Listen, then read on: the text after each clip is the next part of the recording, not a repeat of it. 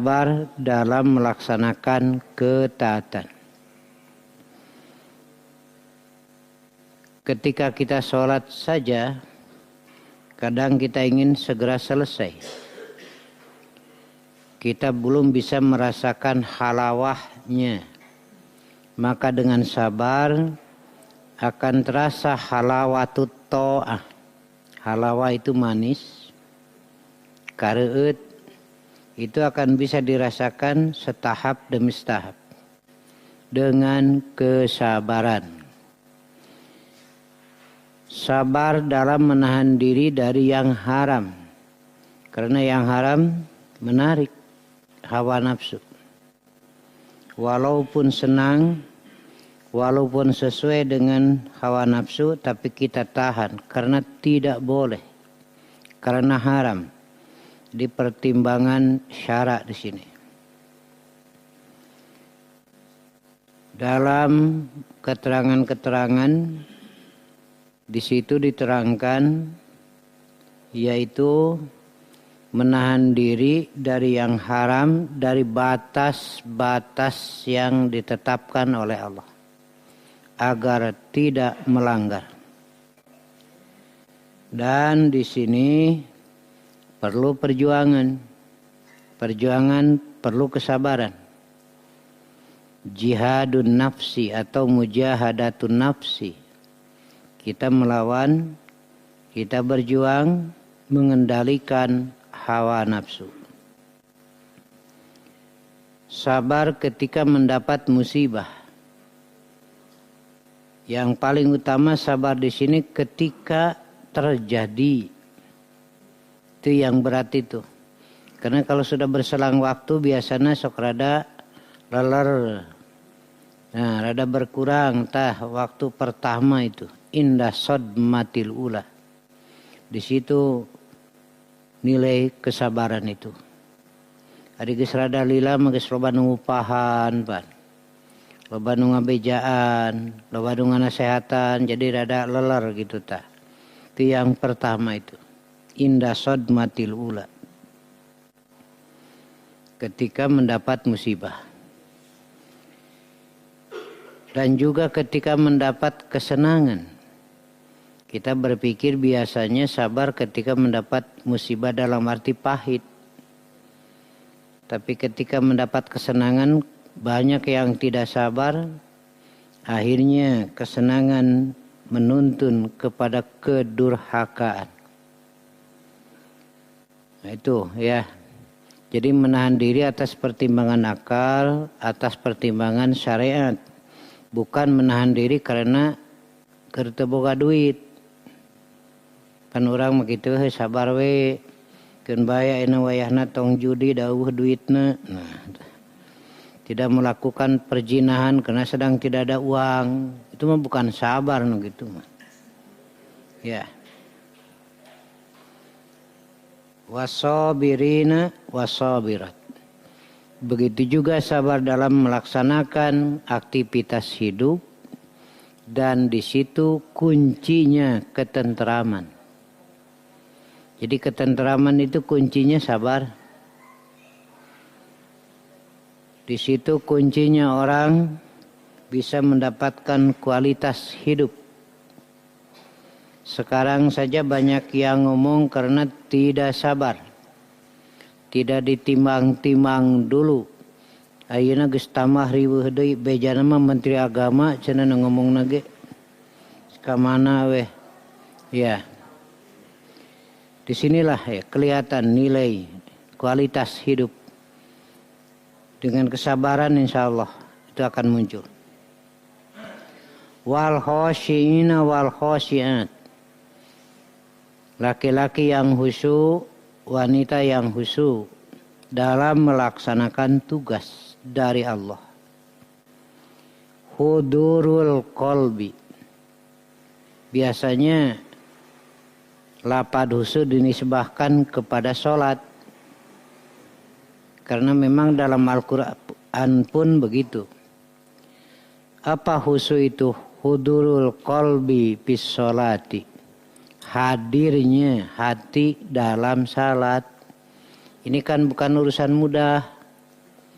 Maca-maca pikiran tengilu. Ngadua pikiran mah tengilu. Nah da geus apal we situ. Nalenyeng we pan sakapeung mah ari geus lila kakarasada rek tahiyat keur nangtung. Gitu. Karena tidak hadir itu hati. Jadi apa khusyuk itu? Hudurul qalbi fis sholati. Khusyuk dalam salat adalah hadirnya hati dalam salat. Ini tidak bisa full ya.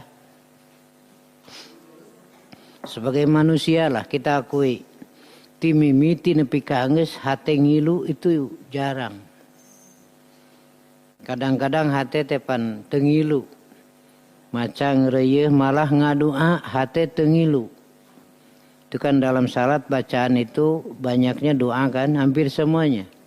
Baik doa sana maupun doa masalah. Sana itu pujian, masalah permohonan. Wal khosyiina wal khosyat, hadirnya hati ketika melaksanakan pekerjaan. Paling tinggi di sini adalah sholat. Ya. Walaupun tidak sempurna, tetapi entong kabeh we atuh ari maca-maca pikiran kabeh we di luar. Nah, dari awal coba kembalikan. Belajar fokus ya. Ini agak sulit ini. Saya rasakan sendiri begitu. Keur salat we budak ceurik pan hate jol misah we. Keur salat wae aya suara motor tarik ngomong di we hate teh ngilu. Jelema teu boga pikiran batur salat imah gandeng. Aya we hate imam acara da panjang ngomong nah hatena teh. Dasar imam teu boga pikiran. Nah, di sini jelas ya. Jadi kita berusaha lah. Walaupun tidak sempurna, tetapi coba berusaha hadirkan hati dalam salat itu. Secara manusiawi, Nabi juga pernah lupa melaksanakan salat asar cuma 2 rakaat. Selesai para sahabat saling berbisik, kenapa 2 rakaat? Lalu ada yang berani langsung berkata kepada Nabi, apakah ada perubahan aturan? Atau salat ini diringkas? Kata Nabi, tidak. Diringkas tidak. Tapi barusan Anda sholat 2 rakaat. Lalu Nabi menambah 2 rakaat lagi dan sujud sahwi. Jadi sujud sahwi itu dalil bahwa untuk hadirnya hati secara sempurna sulit itu. Hese tuluy aya latihan husu pernah itu. Dilatih kumaha carana sangkan salat husu. Iya, betul dalam pelaksanaan salat nanti gitu we. Nu kabayangkeun teh latihan husu. Iya. Apakah ada latihan khusus secara khusus? Tidak ada. Ya, hanya kita usahakan walaupun tidak sempurna, tapi jangan sampai tidak ada dari awal sampai akhir. Kemudian khusus dalam berdoa. Dalam hadis diterangkan Allah tidak akan mengabulkan doa yang disertai dengan hati yang lalai. Biqalbin lahin. Ketika berdoa hendaklah dibarengi dengan kehusuan. Ya. Ya careurik bareng. Ini rekayasa. Aya ceurik direncanakeun.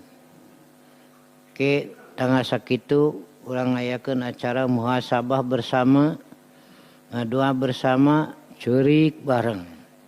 Nah ya ceurik direncanakeun itu. Ya. Tidak seperti itu ya. Tetapi ketika salat, ketika berdoa, di dalam salat saja. Menangis itu tidak membatalkan wudu. tidak membatalkan salat. Kalau di luar salat berdoa menangis silahkan. Barisaan jauh cerik weh. Hari ngaduan teh. Apa betul ini menangis? Ya. Ketika kita salat, ketika kita sujud, lalu berdoa dan spontanitas nangis, itu tidak membatalkan salat. Rasul juga kadang beliau nangis. Umar bin Khattab juga kadang beliau menangis ketika salat. Dan ini dalil nangis tidak membatalkan salat. Tapi ulah direncanakeun nya. Cek saya lakina ka pamajikan mah engke urang cerik bareng yeuh. Aduh. Nangis berjamaah. Ada yang lapor kepada saya, Ustadz abdi ngiringan tengah peuting cenah. Yaitu muhasabah. Dua tuluy nangis babarengan meniraos cenah Ustadz. Saya coba senyum geringan ibu bisa aja cerik bareng gitu. Iya. Yeah. Jadi jangan dibuat-buat nangisnya. Biasanya kalau nangis yang dibuat-buat itu apa namanya? Ampun ini ya. Benar-benar sudah banyak rekayasa ini.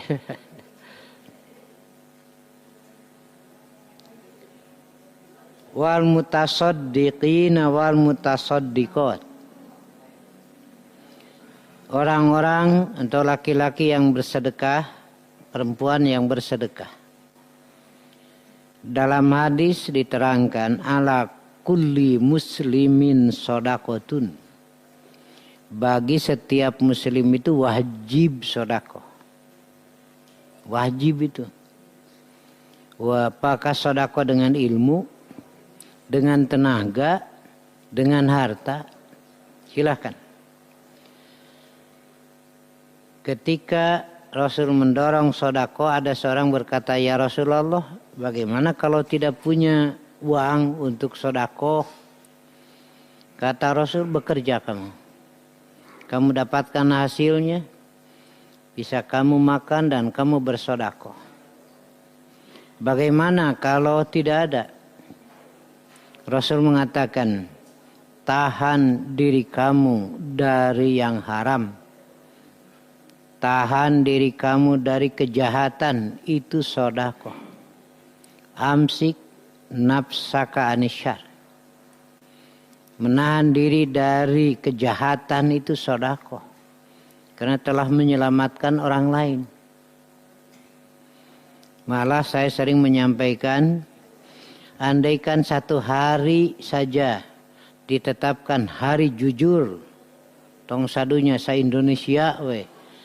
Berapa triliun uang yang bisa diselamatkan dari tangan-tangan jahat.